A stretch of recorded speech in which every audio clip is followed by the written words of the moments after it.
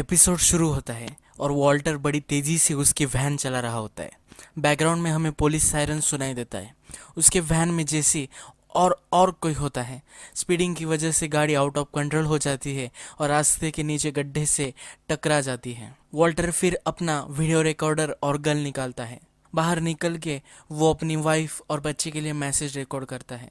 उसे लगता है कि अब वो बस्ट होने वाला है और इसके लिए वो अपने बेटे और वाइफ को एक मैसेज देना चाहता है। मैसेज रिकॉर्ड करके वो रोड पे आकर गन को रोड की तरफ पॉइंट करता है। सायरन की आवाज़ कंटिन्यूसली बढ़ती जाती है और यहाँ कैमरा स्टॉप होता है। इसके बाद शो के क्रेडिट्स रोल होते हैं और स्टोरी 3 वीक्स अर्लियर स्टार्ट होती है। अर्ली मॉर्निंग वॉल्टर उठ जाता है और कुछ वर्कआउट करता है। उस समय उसे खांसी आती है। हमें उसके बाद मॉर्निंग ब्रेकफास्ट करते हुए वॉल्टर की फैमिली दिखाई देती है।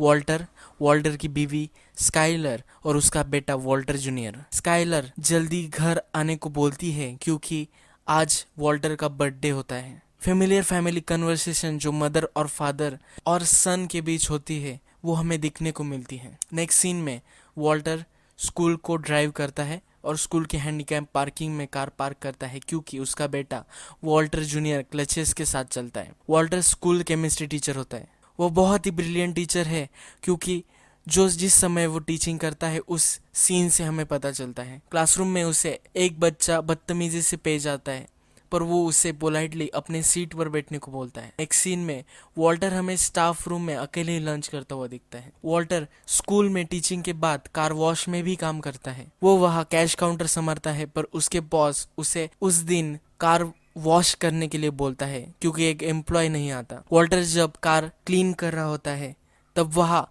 वही क्लासरूम का बच्चा आ जाता है और उसकी इमेज ले लेता है और उसका मजाक उड़ाता है। वॉल्टर जब घर आता है तब उसकी वाइफ ने उसके लिए सरप्राइज पार्टी प्लान की रहती है। वहाँ स्काइलर की सिस्टर मरी और सिस्टर का हस्बैंड हैंक आया हुआ रहता है। हैंक डीए रहता है, ड्रग इन्फोर्समेंट एडमिनिस्ट्रेशन में वो रहता है और वो अपने लेटेस्ट रेड के बारे में सबको बताता है और वो टीवी पे भी आता है। टीवी पे वॉल्टर ने रेड का साइज क्या था तो वो देख के वॉल्टर हैरान रह जाता है। $700 वॉल्टर देखता है उस रेड में। हैंक उसे बोलता है कि ये कैश नॉर्मल है ड्रग्स में।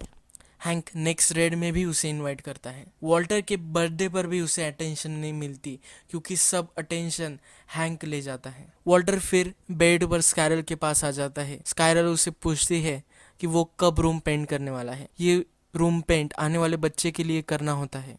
वॉल्टर का बर्थडे होता है इसलिए स्काइलर उसे सेटिस्फाई कर देती है। Next day Walter car wash में काम करते हुए खांसी आकर और चक्कर आकर गिर जाता है। वॉल्टर के लिए एम्बुलेंस बुलाई जाती है। एम्बुलेंस में जब डॉक्टर उसे चेक करता है तो उसे कुछ सीरियस लगता है तो सीरीज ऑफ टेस्ट उस पर की जाती है और नेक्स्ट सीन में वॉल्टर हमें डॉक्टर के साथ बैठा हुआ दिखता है। उसके रिजल्ट आ चुके होते हैं और डायग्नोस्ड हो जाता है कि उसको लंग कैंसर है। वॉल्टर शॉक में ही होता है पर वॉल्टर को सब समझ में आता है कि वो नॉन ऑपरेबल लंग कैंसर उसे है और वो कीमो के बाद भी कुछ ही साल जिंदा रहेगा। वॉल्टर घर आ जाता है पर फिर भी अपने वाइफ को कुछ नहीं बोलता। जब वो कार काउंटर पे होता है तब उसका बॉस उसे फिर से बोलता है कि उसे क्लीनअप आज करना पड़ेगा तो वो गुस्सा हो जाता है और जॉब छोड़ के चला जाता है। वॉल्टर बहुत ज़्यादा डिप्रेस्ड हो जाता है क्योंकि उसकी लाइफ अब फन नहीं रहती। तो वो हैंक को कॉल करता है और बोलता है कि उसे रेड पर जाना है ड्रग के। तो वॉल्टर हैंक के साथ ड्रग रेड पर आता है और वो सब एक गाड़ी में बैठे हुए रहते हैं। फिर डिस्कशन होती है कि जो ड्रग की लैब चला रहे थे उसमें से एक का नाम कैप्टन कुक है।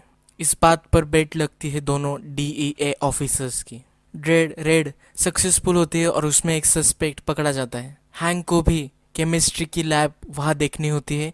उसको जानना होता है कि एक्चुअल में ये कैसे ड्रग्स बनाते हैं, to be more specific meth ये कैसे बनाते हैं। तो वो हैंक से पूछता है। हैंक उसे बताता है कि हम पहले जाते हैं और कुछ चेक करके आते हैं उसके बाद तुम आना। तभी साइड की खिड़की से वो देखता है उसका ओल्ड स्टूडेंट जेसी पिंकमन जो बालकनी से कूदता है। वॉल्टर अपनी गाड़ी से बाहर निकलता है और जेसी को डीए से भागते हुए देखता है। उसकी गाड़ी पर कैप्टन लिखा हुआ रहता है। इसे उसे पता चल जाता है कि जेसी ड्रग्स में इन्वॉल्व है। वॉल्टर सरप्राइज्ड हो जाता है कि जेसी ये सब कर रहा है, ड्रग्स बना रहा है और उसको सेल कर रहा है। तो वॉल्टर स्कूल्स रिकॉर्ड्स से जेसी का पता ढूंढता है। उसके आंट के हाउस पर वॉल्टर जाके देखता है, वह उसे जेसी मिलता है। वॉल्टर उसको इंटरोगेट करना स्टार्ट करता है, पर जेसी डिनाई करता है कि वो कुछ ऐसा कर नहीं रहा। उसके बाद वो कैप्टन कुक के बारे में बताता है और उसके नंबर प्लेट को ऊपर करता है। जेसी उसकी कोई बात सुनने में इंटरेस्टेड नहीं रहता। तो वॉल्टर बताता है कि उसका पार्टनर अब जेल में जाएगा और वो अभी उसका ऑपरेशन एक सही तरीके से रन नहीं कर पाएगा। इसके लिए वो पार्टनर अप करना चाहता है। वो बोलता है कि मुझे केमिस्ट्री बताए और तुम्हें बिजनेस, तो हम मिलकर ये बिजनेस करेंगे। जेसी उसको सीरियसली नहीं लेता, तब वो उसको बताता है अगर तुम डील को हाँ बोलोगे तो ठीक है, नहीं तो मैं तुम्हें डीए को सौंप दूंगा। नेक्स्ट हमें दिखती है स्काइलर और मरी के बीच में कन्वर्सेशन। मरी उससे पूछ रही है कि तुम्हारा नॉवेल लिखना कैसे चल रहा है। तो स्काइलर उसे बताती है कि ये एक नॉवेल नहीं तो वे शॉर्ट स्टोरीज लिख रही हूँ। वो कुछ ओल्ड चीज़ें बेचने के लिए पैक कर रहे होते हैं और वो वॉल्टर के बारे में भी पूछते हैं कि वॉल्टर के साथ क्या चल रहा है, वो ज़रा ऑफ लग रहा है। तो स्काइलर उसे बताती है कि सिर्फ एक मिड लाइफ क्राइसिस हो सकते हैं। वॉल्टर उसके स्कूल से सब केमिस्ट्री के इक्विपमेंट्स उठा लेता है क्योंकि अब उसे मैथ कुक करना है। वो सब इक्विपमेंट्स लेके वो डायरेक्टली जेसी के घर आता है। जैसे उसे बोलता है कि इस सब की क्या ज़रूरत है, हम एक ही फ्लास्क में यूज़ कर लेंगे। तो वो बोलता है कि एक साइंटिफिक तरीके से हम इसे बनाने वाले हैं, इसकी क्वालिटी हम इंश्योर करेंगे और जो एडवर्टाइज करेंगे वही बेचेंगे, कुछ भी गार्बेज नहीं बेचेंगे। जैसे कि मैथ को वो एक गार्बेज बताता है। जैसे और वो सब इक्विपमेंट्स उसके घर में रखते हैं, पर जैसे उसे बताता है कि हम घर में ये कर नहीं सकते क्योंकि बहुत सारे कुत्ते डीईए ने छोड़ कर रखे और वो सूंघ लेते हैं उस फ्यूम्स को, तो उन्हें एक आरवी रेंट करनी पड़ेगी। जैसे बताता है कि उसकी फ्रेंड के पास एक आरवी है और वो रेंट कर सकते हैं या बाय कर सकते हैं। नेक्स्ट वॉल्टर अपने सारे पैसे बैंक से निकाल लेता है और जेसी को देता है। जेसी बोलता है पूरे नहीं है, पर वो नेगोशिएट करने को बोलता है। जेसी उसको पूछता है कि वो ये सब क्यों कर रहा है, तुम तो बहुत वैल्यू वाले थे। बहुत पूछने के बाद वॉल्टर उससे बताता है कि वो अब जाग गया है। नेक्स्ट सीन है वॉल्टर जूनियर की शॉपिंग का। पैंट्स की शॉपिंग वो कर रहा होता है, पर उसके पैंट्स को ऊपर लेने के लिए उसको हेल्प लगती है उसके डैड की, क्योंकि वो हैंडीकैप्ड होता है। तो जब वो बाहर निकलता है तब कुछ बुली लड़के उसका मजाक उड़ाते हैं। इससे वॉल्टर और स्काइलर को भी बहुत ज़्यादा गुस्सा आ जाता है। वॉल्टर बोलता है कि चुप रहो, मैं आता हूँ, और वो वहाँ से बाहर निकल जाता है। पर वो लड़के कंटिन्यूसली वॉल्टर जूनियर का मजाक उड़ाते ही रहते हैं। तो जब स्काइलर उनके पास जाने को लगती है तब वॉल्टर एंट्री से आता है, जो बिग बुली रहता है उसको बहुत बुरी तरह से हर्ट कर देता है और फिर वो लड़के वहां से चले जाते हैं। ये सीन वॉल्टर के राउडी बनने के फर्स्ट सीन है। पहले सीन में हमने अभी देखा कि वो बताता है कि मैं अब जाग गया हूँ। सीन में उसे कॉन्फिडेंस आता है, उसे अलाइव महसूस होता है, उसे मजा आने लगता है लाइफ का। नेक्स्ट सीन में हमें वॉल्टर और जेसी डेजर्ट में दिखाई देती है, जहाँ उन्हें कोई देख नहीं सकता या स्मोक का भी कोई नोटिस नहीं करेगा। आरवे में वो सब सेटअप बना लेते हैं। वॉल्टर अपने सब कपड़े निकालता है और सिर्फ अंडरवेयर में कुक करना चाहता है क्योंकि उसे मैथ की तरह स्मेल नहीं करना, उस केमिकल का स्मेल उसे अपने कपड़े पर नहीं चाहिए। जैसे अपने वीडियो कैमरे से उसे शूट करने लगता है जब वो कुक कर रहा होता है, तो वॉल्टर उससे वो कैमरा ले लेता है। यही कैमरा हमें एपिसोड के फर्स्ट में दिखाई दिया था। वॉल्टर पूरे साइंटिफिक तरीके से मैथ बनाता है और उसको ब्रेक करने के बाद जेसी को दिखाता है।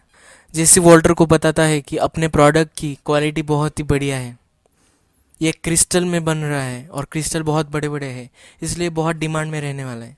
और इसको सेल करने के लिए उसे पता है कि इसे किसको सेल करना है, उससे वो मिलने जाने वाला है।